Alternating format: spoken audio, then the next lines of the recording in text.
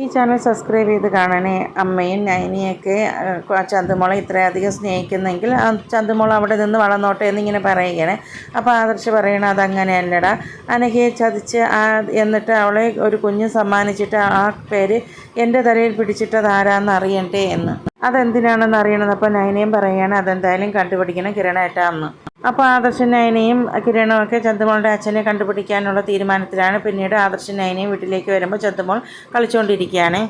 നൈനയാണെങ്കിൽ ചന്തുമോളെ അടുത്ത് പോയിട്ട് ചോദിക്കുകയാണ്, ചന്തുമോൾ കളിക്കുകയാണോ എന്ന്. അപ്പം ആദർശം കൂടെ ഉള്ളതുകൊണ്ട് ആ കുഞ്ഞാണെങ്കിൽ ആദർശിനെ തന്നെ തുറച്ചു നോക്കുന്നുണ്ടായിരുന്നേ. കുഞ്ഞ് നോക്കുന്നത് കാണുമ്പോൾ നൈന പറയുകയാണ്, മോളെ ഈ അങ്കിള് പാവമാണ്, പുറത്ത് കാണുന്നുള്ള ഗൗരവം മാത്രമേ ഉള്ളൂ, മോള് പേടിക്കേണ്ട, ഈ അങ്കിള് പാവമാണെന്ന് പറയുകയാണ്. പിന്നീട് നൈന ആദർശിൻ്റെ അടുത്ത് പറയണം, മോളെ ഒന്ന് എടുക്കുക ആദർശിയേട്ടാന്ന്. അപ്പോൾ ആദർശ് പറയണം, എടുക്കേണ്ട പ്രായമെല്ലാം കഴിഞ്ഞ് ഇനി കുറച്ചുകൂടി കഴിയുമ്പോൾ കെട്ടിച്ച് വിടാനുള്ള പ്രായമായി, അതുകൊണ്ട് ഞാൻ എടുക്കത്തില്ല എന്ന് പറഞ്ഞാൽ ആദർശ് നിൽക്കുകയാണ്.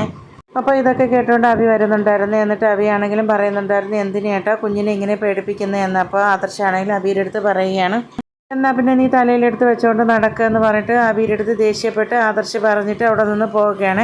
അതിനുശേഷം അബിയാണെങ്കിൽ കുഞ്ഞിൻ്റെ അടുത്ത് ചോദിക്കുകയാണ്, മോളെ നീ എൻ്റെ കൂടെ പുറത്തേക്കൊക്കെ വരുന്നോ എന്ന്.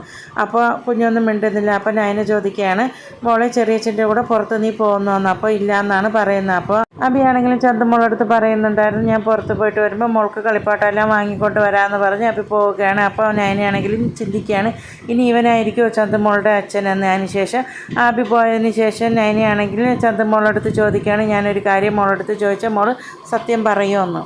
മോളുടെ വീട്ടിൽ ആദർശെന്നോ അബിയെന്നോ ആരെങ്കിലും പറയുന്ന മോൾ കേട്ടിട്ടുണ്ടോ എന്ന്. ഇങ്ങനെ പറയുന്നത് അബിയാണെങ്കിലും കേട്ടോണ്ട് നിൽക്കുകയാണ്. അപ്പോൾ ചന്തുമോൾ പറയുകയാണ്, ഇങ്ങനെ ഒരു പേര് എൻ്റെ വീട്ടിൽ ആരും പറഞ്ഞതായി ഞാൻ കേട്ടിട്ടില്ല എന്ന്. പിന്നീട് വീണ്ടും ഞാൻ ചന്തുമോളടുത്ത് ചോദിക്കുകയാണ്, വേറെ ആരെങ്കിലും പേര് അമ്മ പറയുന്നതായിട്ട് മോൾ കേട്ടിട്ടുണ്ടോ എന്ന്.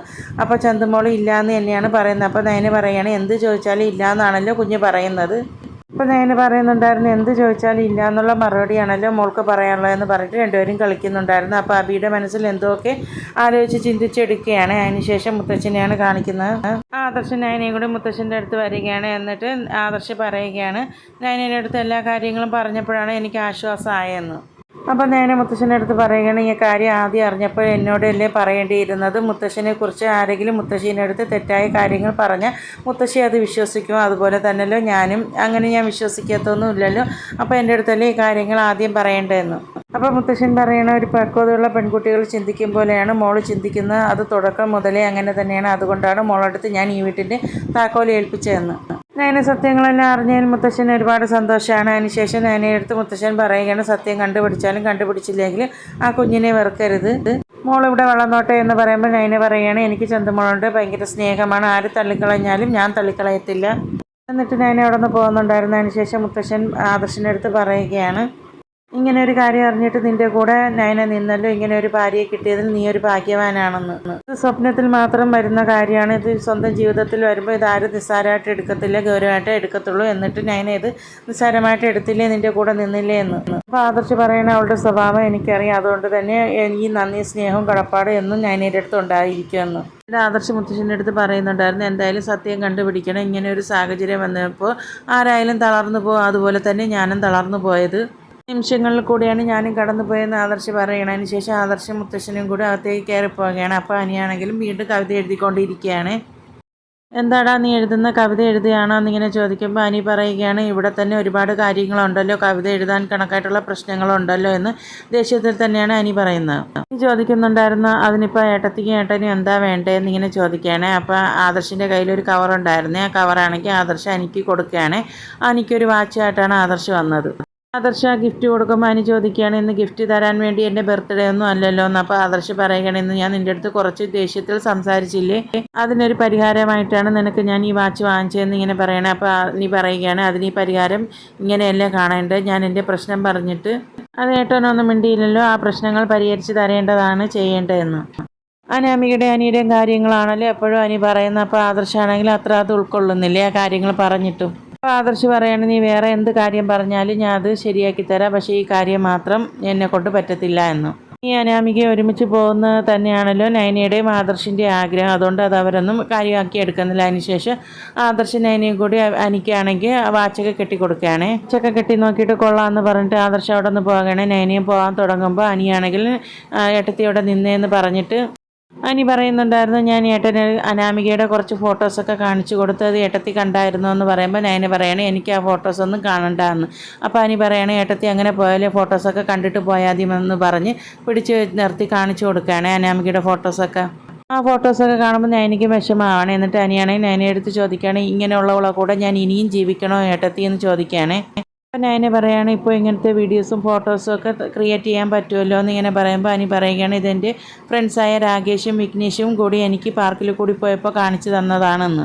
ഏട്ടത്തി പറയും, ഇങ്ങനെയുള്ളവളെ കൂടെ ഞാൻ ഇനി ജീവിക്കണമെന്നാണ് പറയുന്നതെന്ന്. അപ്പോൾ നയന പറയണ അതിനെക്കുറിച്ചൊന്നും എനിക്കറിയത്തില്ല, പക്ഷേ നന്ദുവും അനിയും തമ്മിൽ ഒന്നിക്കല്ലെന്നാണ് എൻ്റെ ആഗ്രഹം.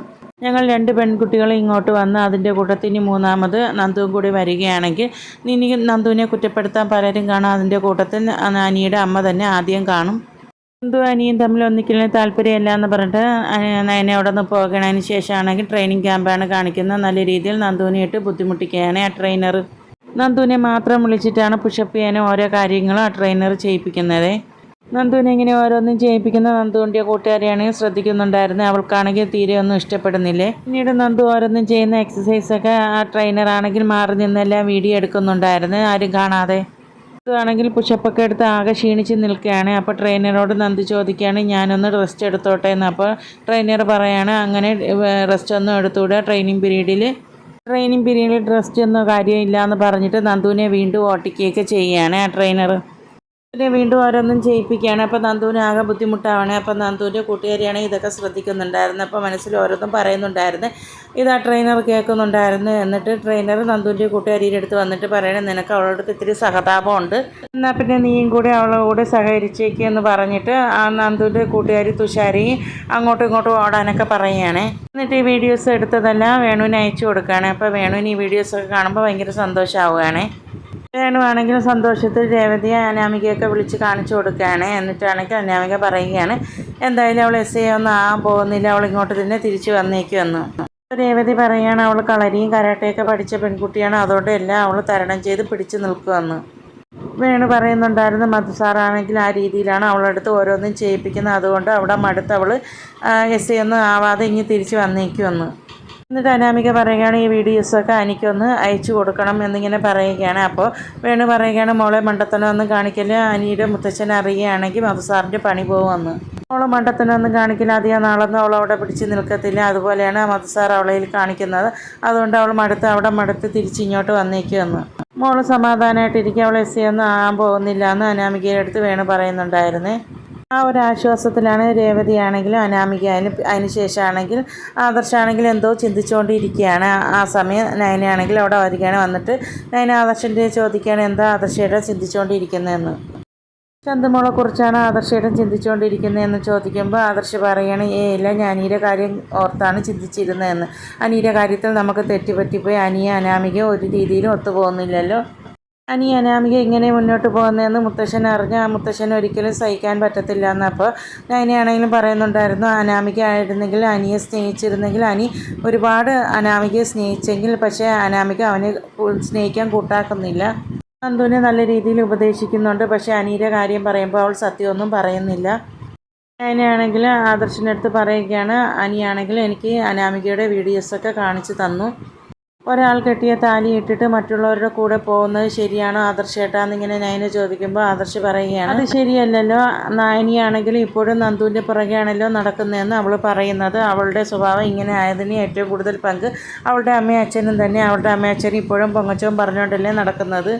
അവർ പൊങ്ങച്ചം പറഞ്ഞ് നടക്കുന്നതേ ഉള്ളൂ, അവർക്ക് സ്വത്തും പണമൊന്നുമില്ല, എന്നിട്ട് അവരുടെ നാക്കുകൊണ്ടാണ് അവർ പിടിച്ചു നിൽക്കുന്നത്. എന്തായാലും അനിയുടെ ജീവിതം ഇങ്ങനെയൊക്കെ ആയാലും ഒരുപാട് വിഷമമുണ്ടെന്ന് ഇങ്ങനെ സംസാരിച്ചുകൊണ്ട് നിൽക്കുന്ന ആദർശനെയും നയനെയും കാണിച്ചുകൊണ്ടാണ് ഇന്നത്തെ എപ്പിസോഡ് അവസാനിക്കുന്നത്.